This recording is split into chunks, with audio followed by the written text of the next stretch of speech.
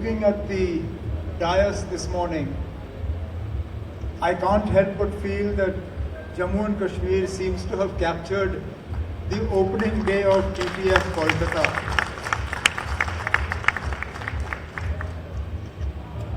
And if you were to look at the delegation that Jammu and Kashmir has presented before you today, you will understand that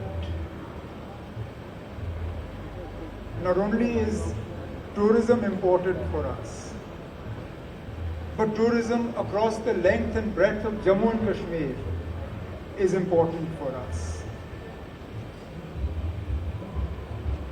We have two honorable MLAs present as part of our delegation, representing diverse but also interconnected tourism destinations in Jammu and Kashmir. If Farooq Shah Sahab represents the world famous Gulmarg destination, then Balwant Mankotia Sahab represents the equally famous Patni Top destination in Jammu. Now we can't talk about tourism in Jammu and Kashmir without acknowledging the fact that 2025 has not been an easy year for us. By all accounts, it's been a difficult year. It's been a year of, let's say, two parts. You have the before Pahalgam and the after Pahalgam.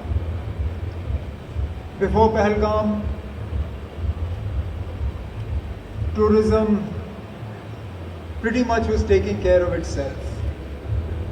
Most of the people who today are participating in TTF Kolkata,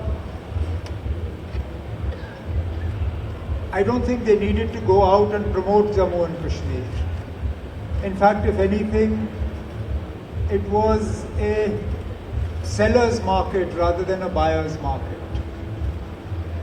We were almost at the point of convincing ourselves that we could now decide what sort of tourism we wanted in Jammu and Kashmir.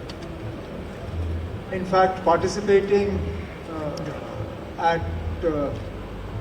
various trade fairs in the last few months, I had actually started talking about how the model of tourism in Jammu and Kashmir needs to change from a volume-based tourism to a value-based tourism. Not realizing that even our volumes were going to start disappearing. That said, we are not here with a story of doom and gloom. We are not here because Jammu and Kashmir is empty. In fact, we are here with a story of optimism. We are here with a message of hope. We are here with a message of renewal.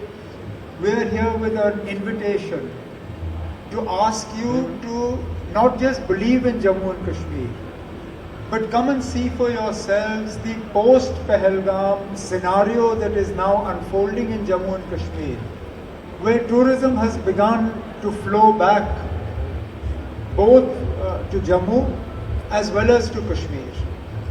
Our destinations are beginning to see a revival of interest.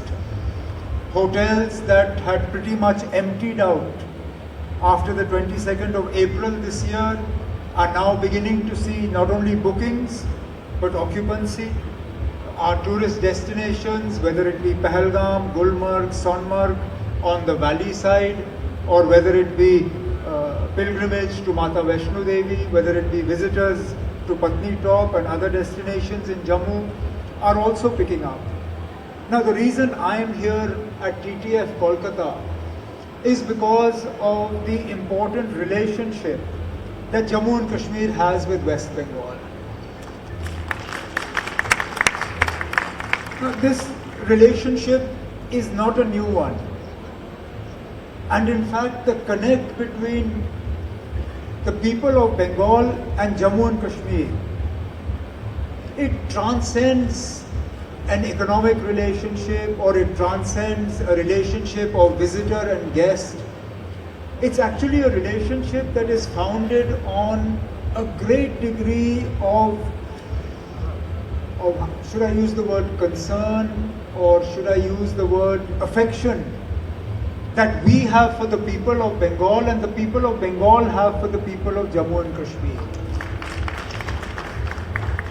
And this relationship is expressed in different ways.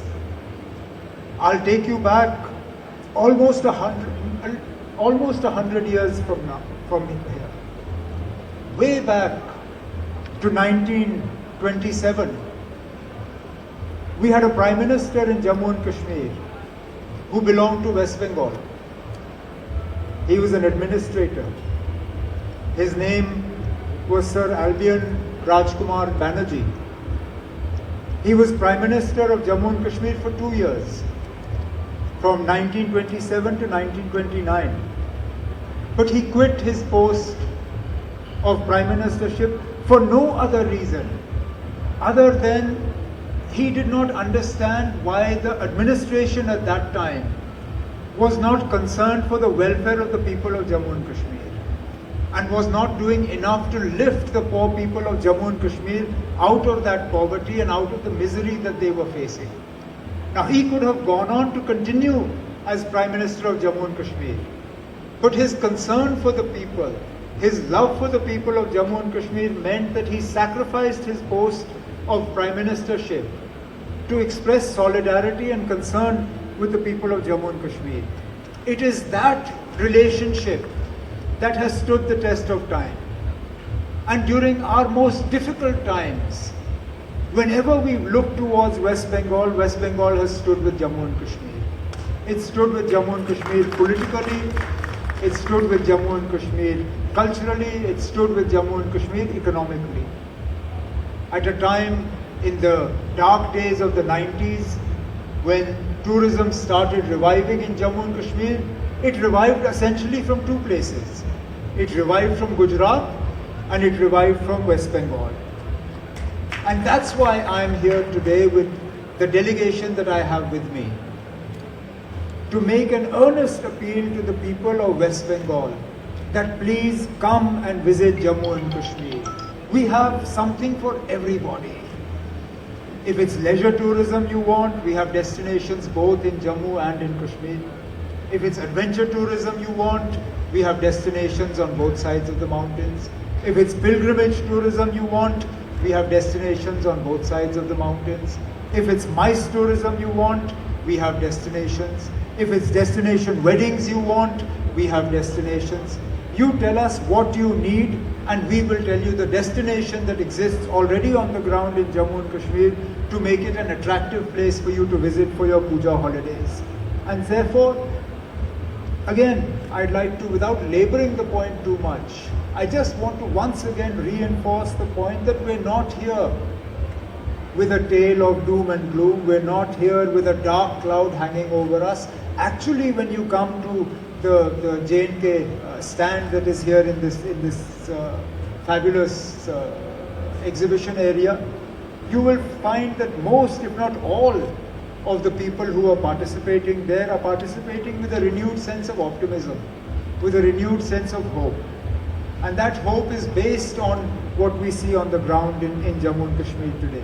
So without taking much time of all of you here, because I know you're keen to get back to the various exhibits and the stalls, may I thank TTF for making Jammu and Kashmir the focus of today's opening ceremony.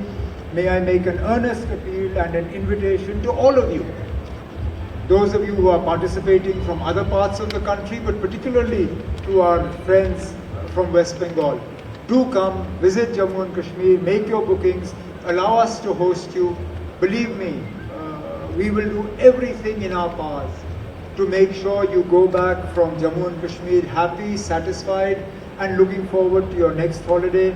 So with this message of renewal and hope, it's a pleasure and an honor for all of us from Jammu and Kashmir to be here amongst all of you, and we look forward to seeing you in J&K in the not too distant future. Thank you all very much. I can't hear you. You'll have to step forward. Of course they're allowed. They are allowed, very much so. There are some destinations within the valley that currently are undergoing a security audit. And therefore, until we are comfortable, we will not let tourists go there. But that list is it's a declining list. We are committed to opening all our destinations, but we're going to do it in a safe way. We don't want to compromise the security of our tourists. We don't want to take any chances. And therefore, even though at times it's frustrating for us, I think that frustration is important because we need to ensure that we give our tourists a safe and a secure destination. And we're working on that, and rest assured we will do that.